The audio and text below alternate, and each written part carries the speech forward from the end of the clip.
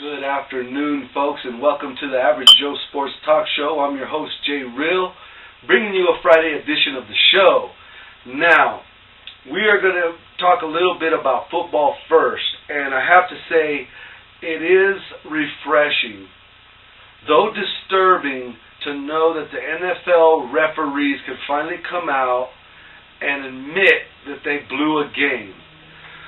Now, folks, we've been talking about this for weeks. I don't know if you recall a show a couple of weeks back where we were talking about NFL referees can just do whatever the heck they want to do, making ridiculous calls, making ridiculous outcomes of games, and not have anyone to answer to.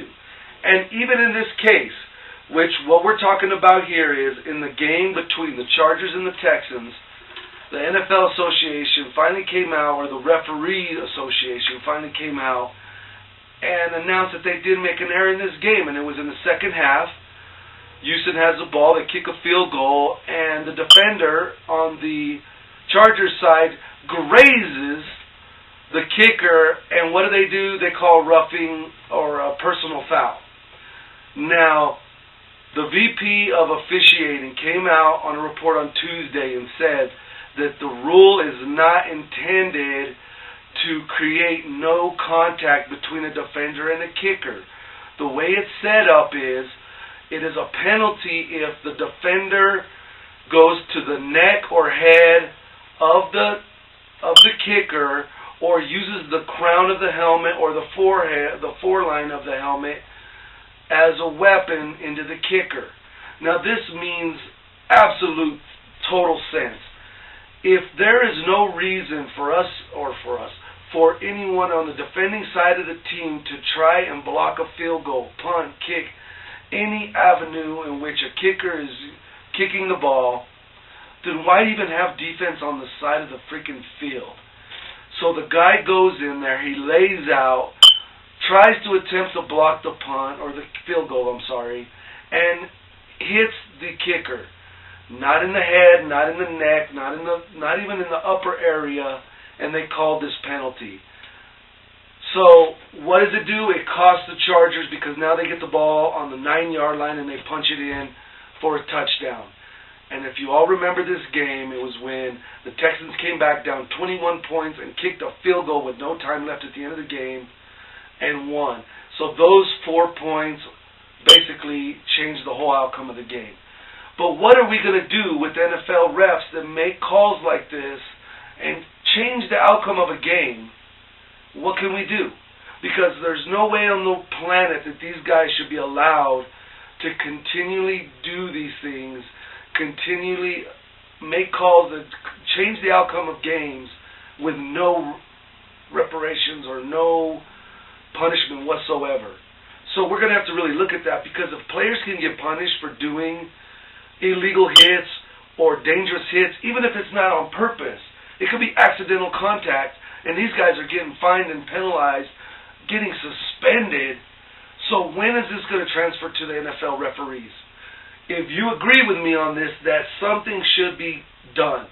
There should be some type of punishment, whether it be fining, suspensions, or whatever, to get these NFL referees to ref the games to the best of their abilities, and not just be just nonchalant about it, and just think that they're all that and they can do whatever they want. So we're interested in knowing your feedback and opinions on that. Be sure to leave us comments, and we will address those on Tuesday's show for sure, no doubt. All right? Now, staying with the NFL. Now, we are pre-recording Friday's show on Thursday, so we can have this out to you all on Friday morning. So tonight there is a NFL game between the Jets and the New England Patriots. This game is very interesting because if any of you have not heard out there that their quarterback, Mark Sanchez, he's probably done for the year. He has to have shoulder surgery, and that's going to leave them in a bind, because they're either going to have to go with their rookie quarterback or one of their other deadbeat quarterbacks to try to take the reins and get these guys through the season. And the Patriots, as we all know, have Tom Brady, who is the commander general of that team and can slice and dice defenses up. Excuse me. So we have Ken Burrell Tompkins, who is going to have to step up for the Patriots and really show that he can be the guy that Tom Brady can go to if they want to move the ball on the Jets defense, because first week we saw some good defense from the Jets, and I expect it to even be better this week playing their most hated team in the past. But we have to say Sanchez is going to be an interesting story, because if he is out for the season, what does that mean? Does that mean they're going to plan on bringing him back, or do they plan on releasing him sometime, through the season or at the beginning of the off season? It's interesting. We're going to have to wait and see. Then going on from Thursday Night Football, we have a whole weekend of amazing games going down. We will hit some of those games on Tuesday's show and wrap them up, talk a little bit about them. But we're excited for the NFL weekend that's upon us again. Now, Adama Kasu is playing for the Detroit Lions, got penalized $100,000 for his low hit, supposedly dirty low hit last weekend on the defender side of the ball, and he's gonna appeal that, and we don't doubt it. We think he should, because if you watch it, it doesn't look dirty. If it was any other player, it wouldn't even probably been a big deal. But here we go, it's Adama Kasu, so anything the guy does is like looked at with a microscope. And it's kind of unfair, because if he has intention of hurting somebody and it's obvious, then okay, let's go there. But if it's just a football play, even if it's a penalty the guy and the team, and then let's move on. This is getting old already with Adama Kasu. The guy's a warrior. He's a battler, and he will rip someone's head off if he has to. And that's just good football in our opinion. Now, we don't want people getting killed out there or anything, but as far as aggression, Adama Kasu is just right there on the edge, and we like that. It's interesting to watch him play. And as we were saying, it's going to be interesting to see tonight's game, because if the Patriots cannot move the ball on the Jets, it's going to be hard to see them moving the ball on pretty much anybody unless they play Jacksonville sometime this season. So, again, there's our NFL news. And then we're going to go ahead and jump on in, because there is some heated discussions and topics going on in the NCAA world in college football. There have been reports that Saban and Alabama are under heavy scrutiny and very heavy questioning by media about the possibility of some of their players, star players, even players that played in championship games for them, that have received illegal benefits. Now, the only reason why I'm even bringing this up at all, period, is because it is a hot topic, and we want to be sure that we're bringing the hottest information and news to our viewers here in YouTube land, because that's what we want to do. But we're not going to stay too long on it. This is all we're going to say about this topic. Who freaking cares if these guys got freaking benefits? We are so strongly on the side of star players that are generating revenue for the colleges and for their teams and for their presidents and board members. If you are one of those star athletes that can generate huge dollars, then guess what? You deserve to get huge dollars. And I'm sick and tired. I mean, I am fed up with hearing people, sports analysts, ex-coaches, ex-players, whoever you are, that want to throw a scholarship as enough payment to these athletes that play college football. Let me just break this down for you. A game between the Jacksonville Jaguars and the Oakland Raiders coming up. The highest price ticket to see this game in the stadium, personally, live, in color, is around $300 to $400. That's the highest price ticket to see this NFL professional game. do you anybody that's watching or that is wanting to call in, do you have any idea how much it's going to cost price-wise for you to go see the Alabama and Texas A&M game? Just take a guess. This is college here. We're talking college. Alabama, A&M.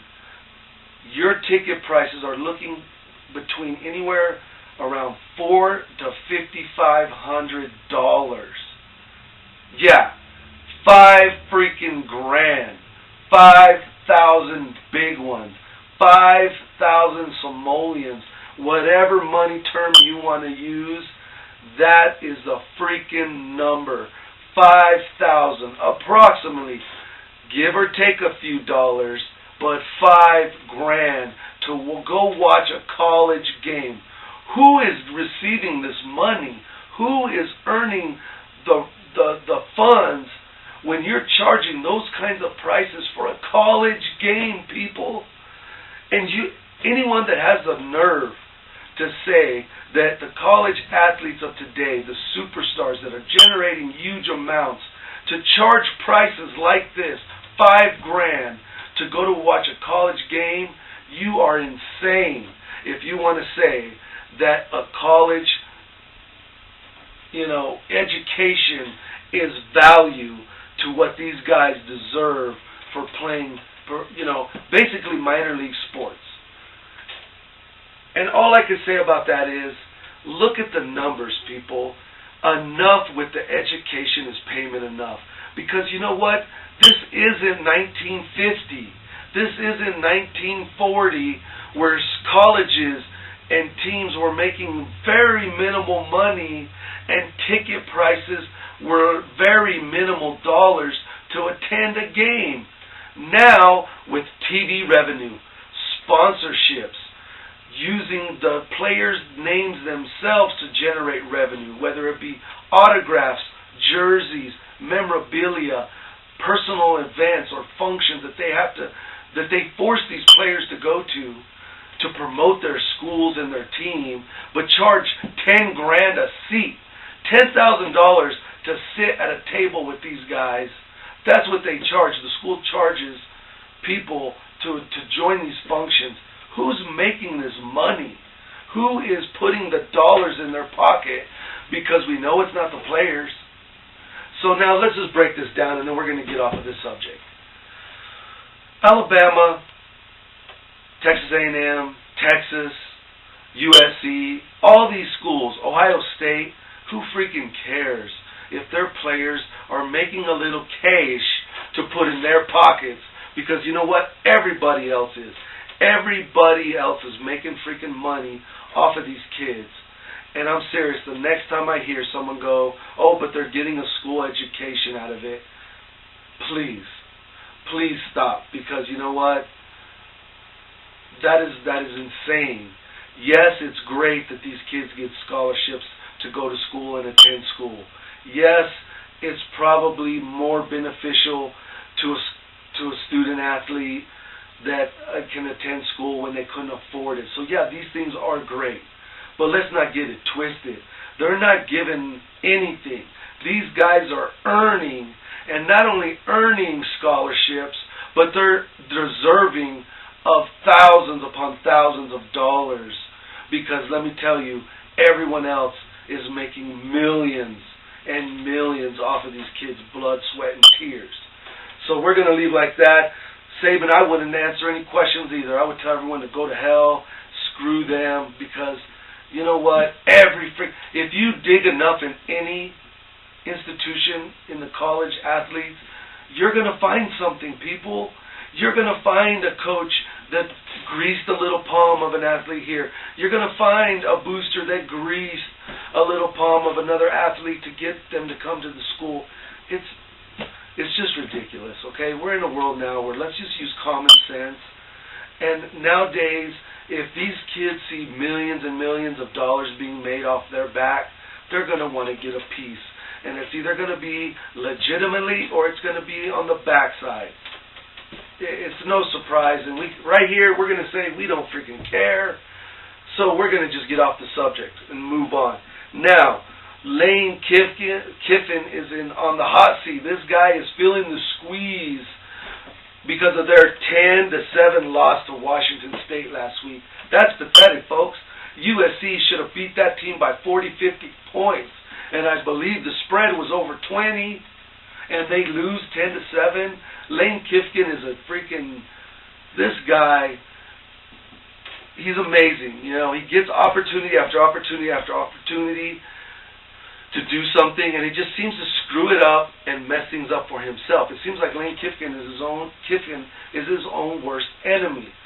So let's just look at it real quick and break it down. USC, if they keep him for the rest of the season, I'd be surprised. But who will fill the shoes of Lane Kiffin? Now, this is a good question because rumors and little speculation are starting to trickle out now. They're starting to trickle out because if you're not familiar, Jeff Fisher, the coach of the St. Louis Rams right now, is a graduate from USC and won a championship with them, I believe in 1968 or 78 or something like that. And so wouldn't it make sense for a guy that won the championship, graduated from the school, that he has solid ties to that school and is a great head coach? But here's the kicker. Would you want to go from the NFL to college if you were a success in the NFL? The guy's doing well. He's not stinking it up. He's not losing horrible, and he's not on the hot seat.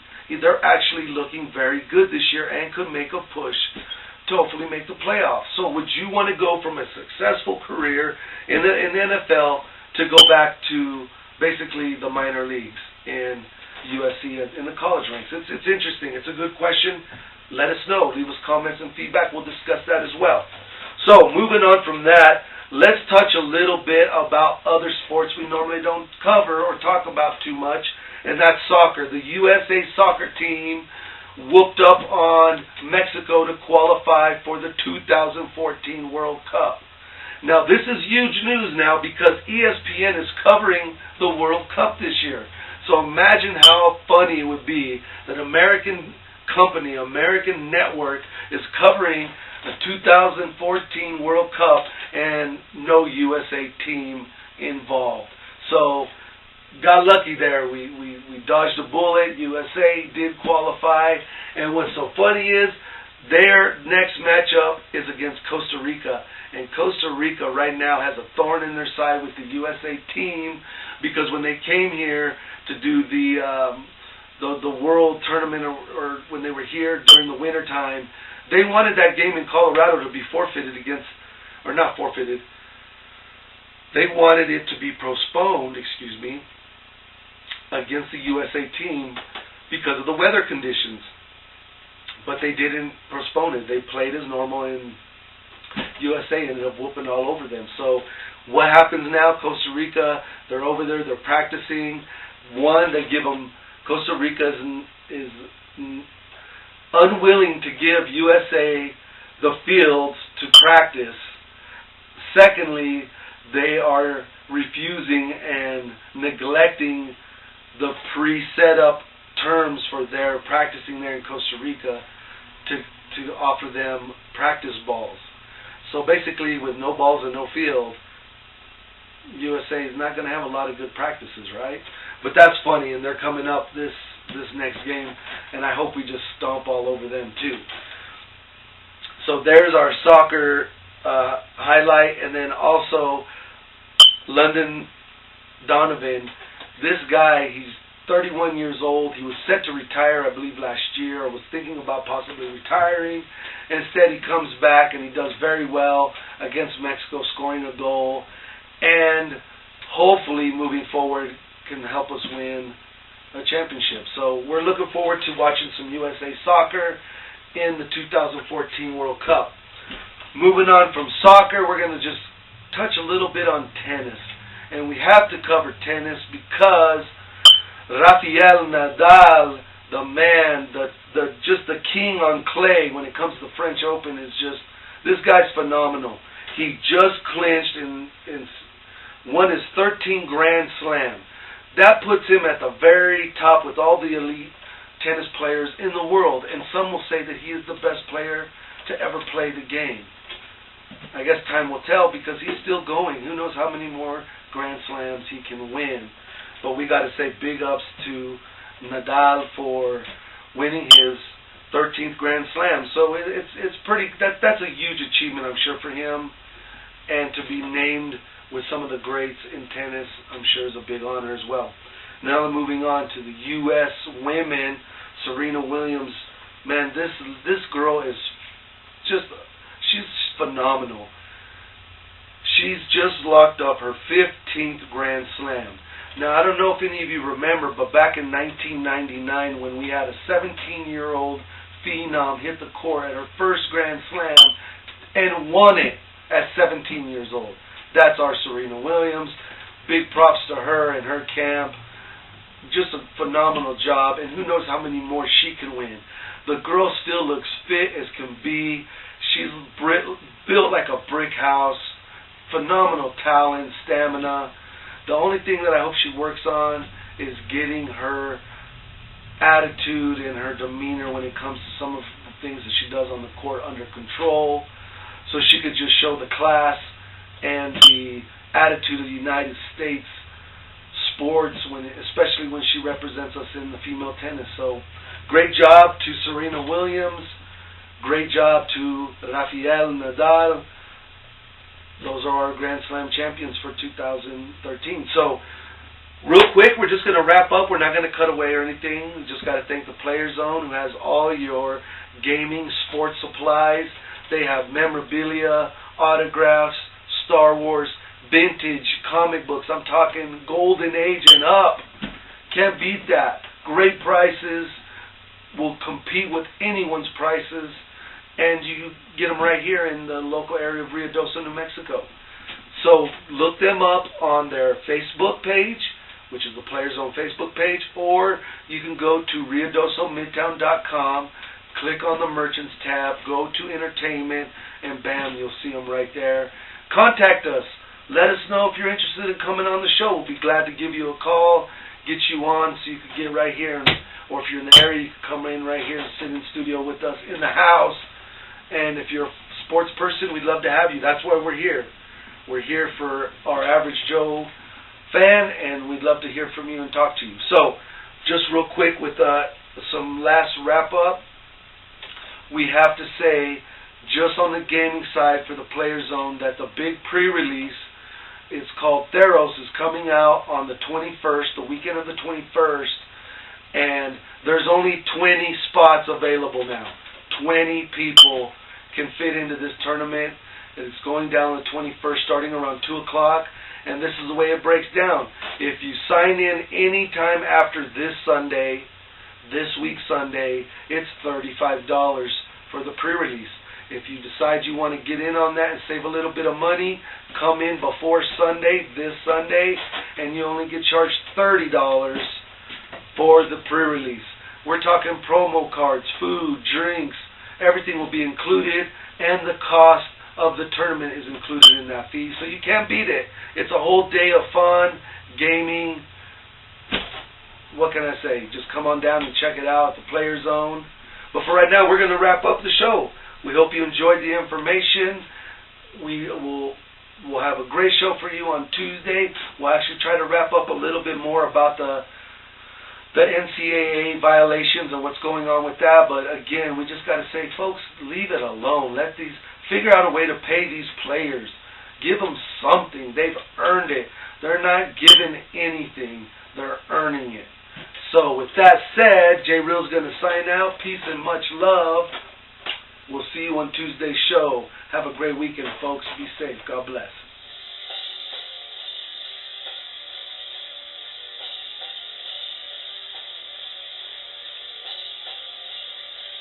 J Real.